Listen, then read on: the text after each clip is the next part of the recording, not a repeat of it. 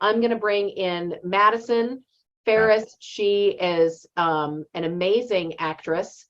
Long before I even knew what FSHD was, I saw her on Broadway. And I can tell you firsthand, I'm just talking about you, Madison. I can tell you firsthand, she's amazing. I got to see you in the Glass Menagerie. I have such a strong sense memory of watching you perform. It was before I knew FSHD or knew about the FSHD Society and was here. And you had a big impact through your performance. It was really stunning. You just really are stunning. Much. That's great. Yeah. Wow. Pretty fabulous. I'm like verklempt thinking about it. It was so good. There we go. Oh, you just offended him. Yeah. It was pretty amazing. I got to see it with my daughter, and that's such a great. The Glass Menagerie is a great play. I came thinking Sally Field was going to knock my socks off, and she did. But so did Madison, didn't she? You were right up there with her, my friend. You absolutely were. That's such high praise. Thank you so much. I mean it. So on that note, I'm going to exit stage left. I'm going to let you guys chat, but I had to stay on for a minute, Madison, and just say hi because I'm so glad you did. It's so nice to hear that. Like, it still feels so good to hear that even after all this time. Like, it really means a lot. Thank you. Yeah, absolutely. And I sincerely mean every word of it. So I don't have a great memory, but I absolutely remember you in that for sure. And always will. So, all right, let you guys chat. I'm going to check in with the next round of folks.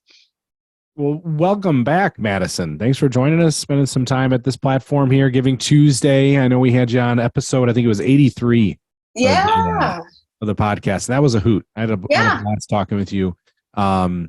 Such a great personality you bring just to our community. The fact that you prove, you said I remember in the episode we had that you talked about, your desire to be an actress and to act and to be in that world. And, you kind of overcame a lot of hurdles beyond just even FSHD, right? I mean, and then acting still was the profession of your choice. You still fought to be in it. Talk a little bit of that journey from like when you started that fire in your belly, so to speak. I really want to do this. Yeah. Couple hurdles, maybe more than a couple. And then here you are now. Oh, thanks for having me back, Tim. I'm happy to be here.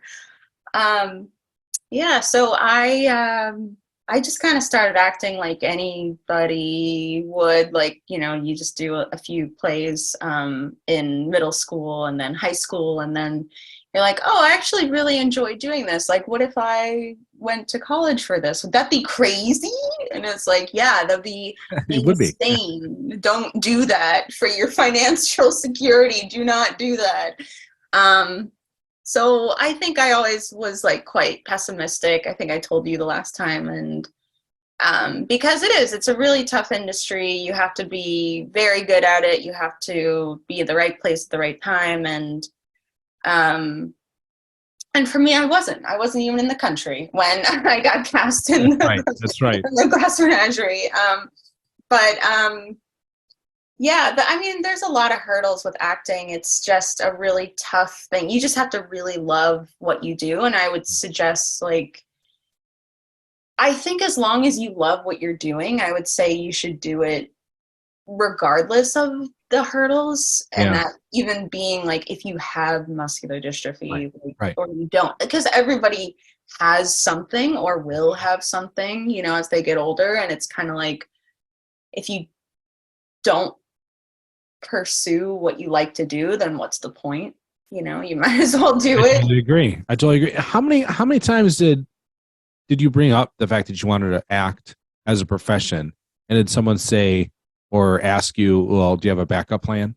Yeah. I think it's really sweet. Like, I come from a small town, and I think everyone just knew me as like someone that liked to act, and like so I think like everyone kind of had this like, well, do what you love to do.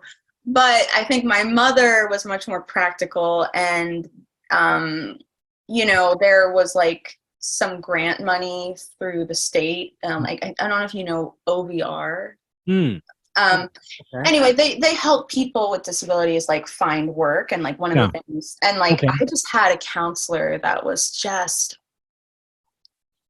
and Really? she's just like, you know, you can't just study theater. I mean, obviously, I knew that. Like, you know, I double majored. I'm aware, but it took me a while to figure it out. And I ended up studying like media and communications. I had other interests, but I did that because I thought, well, that is a sturdy thing. You know, we are literally doing a radiothon right now, so you can find work in media and communication, but ironically, I did get a job at a documentary film company after college and then got fired from it. So, Right. yeah. So, yeah. And then, and of course, you've had successes. And, you know, Lee was talking about it, complimenting you on your phenomenal role in The Glass Menagerie with, you know, Sally Field on Broadway. And then more recently, doing some amazing work in All of Me. Yes. Right? Yeah. So talk about that. Is that, and I don't know if that's the latest project or not, and how much you can say if it is or isn't. I don't know. I know. Yeah. No, we had the world premiere of this play that she is now my friend Laura Winters wrote, and it's just, we are hoping to do it again, hopefully in another city near you. Yeah. But June came out and came to see it, and some other folks, and yeah, the play is just so sweet. It's like a slice of life story where, you know, boy meets girl, fall in love. They have like very different backgrounds. Like, we've heard that story before, but this is through the lens of probably classism and disability combined. So just the idea of like, it really zeroes in on like, what's the difference of if you have a disability in America with money and without money, and how your perspective on things can differ greatly, and your attitude towards life. And but it's hilarious. It's a comedy. So because you kind of hit on some hot buttons there, at least for me. I mean, I see the classism all over the place. I think a lot of us do. And you add the disability factor on top of it, right? It's sometimes, I don't want to say easier, maybe is a bad word, but it's different to cope with it with money and without. But you're attacking some kind of heavy topics within that then. And then turning it into a comedy that's got to be difficult. Right. Yeah. And like my character, her muscular dystrophy came on a little bit later in life. So she was a jazz singer and she was a very active kid growing up. And so we're kind of meeting her in a time of like your early 20s, which is a time where a lot of people can be quite stuck in life and be like, I don't really know where to go from here. And I think that happens to a lot of people, like athletes too. You know, I've only played soccer my whole life, and like now I don't know, now that I'm not doing that, like who am I? And like, right, it's your identity. Yeah. So what was the I guess get us like within maybe like the backstage, like what's that energy like before you have to take the stage the first time, you know, doing the role in front of people? Because I'm sure you rehearse it and you know it backwards and forwards, and you know your marks and all this, but then it's got to go live. Yeah. What's that energy like prior? It's like a very, it's funny how it never changes either. You, like, right before you go on stage, your heart is pounding in your chest. You're like, your fight and flight responses are like really high, and you're like, I should go. I don't want to, I shouldn't be here. And then you go out into the light, and there's something about that transition of being in the light that you feel like you're still high strung, but it kind of like melts away, and you just kind of do it. Like it becomes muscle memory. Yeah. But you know, you're doing it for an audience, and as you're performing it, you hear it differently because people are laughing at something that you're like, oh, I didn't think that was funny. Like you learn more about the play because you have a whole like mob of people looking at you and responding to what you're doing. So And- it's fun. Yeah, I'd imagine it's definitely fun, right? I mean, you get to that point where it's just maybe it's like skydiving for some people, or you know, well, I'm just going to take that step. And you're right. It's like chaos maybe is lingering around, but you still keep it under control, and you learn to dodge and probably go forward no matter what type of obstacle that you might think is an obstacle within the performance. So has there ever been a situation where things didn't go as rehearsed in the live moment? Yeah. Yes, and the audience loves it. That's the thing to remember too, is like if you're worried about things not going right, that's okay.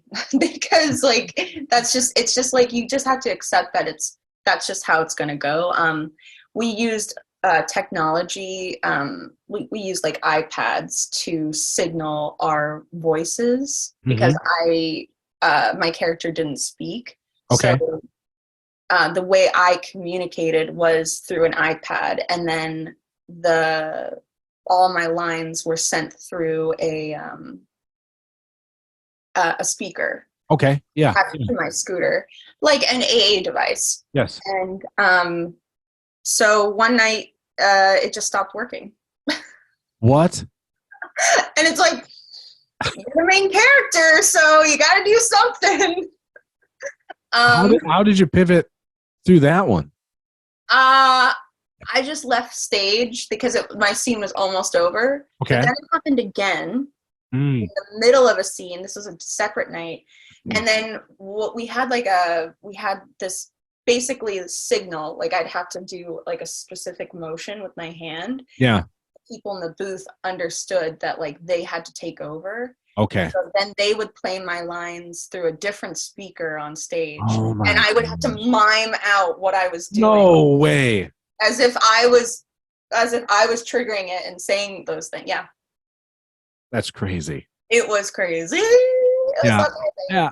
You're right. And I think you bring up an interesting point about the audience. You know, they are kind of on your side, aren't they? I mean, they're in it too. They want to see a good performance and have fun and roll with it. They're not going to be angry. Yeah.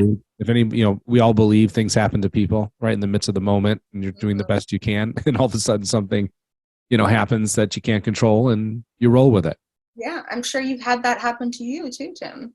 Oh gosh. Yeah. Oh, especially the early years when I did, a little live podcasting and radio and stuff. But even before this, I always said the gremlins would come in and somebody was pulling cords. I'm like, what is happening? Nothing's turning on. Yeah. I know. Live. Yeah. Like every second feels like a minute to you. Oh yes. Yes. And your mind just kind of like goes into hyper mode. You're like, oh, I got to do this. Everybody's watching me right now and I got to figure this out. Right. Yeah. But Right. truly, like the audience like just wants you to succeed. So. They do. Yeah. And they can relate. Usually they can relate. And it always works out. So I know the performance or all of me has been received well. I actually read a review and they said all kinds of good. That was on BroadwayWorld.com. And so there's been a lot of good reviews about it. And I know you want to tour a little bit with it if possible and see how that grows with it. Right. Yeah. Fingers crossed. We hope Fingers to take crossed. Yeah. That would be great. It's up to who knows? The powers that be, right? The powers that be. The powers that be. So do you have any other projects that you're eyeing on right now or in the works, as they say? I'm always reading new plays. I just did they call them play readings. So it's basically where either a producer or a director or a theater company, they're like, we want to do this play, or an author, like a playwright, is like, I need to work on this script. I need to hear actors say it out loud. So then I'll get hired to read a script aloud to an audience. And I just did that twice last month. One was in Queens, one was at the Queens Theater, and then the other one was at the Irish Rep Theater.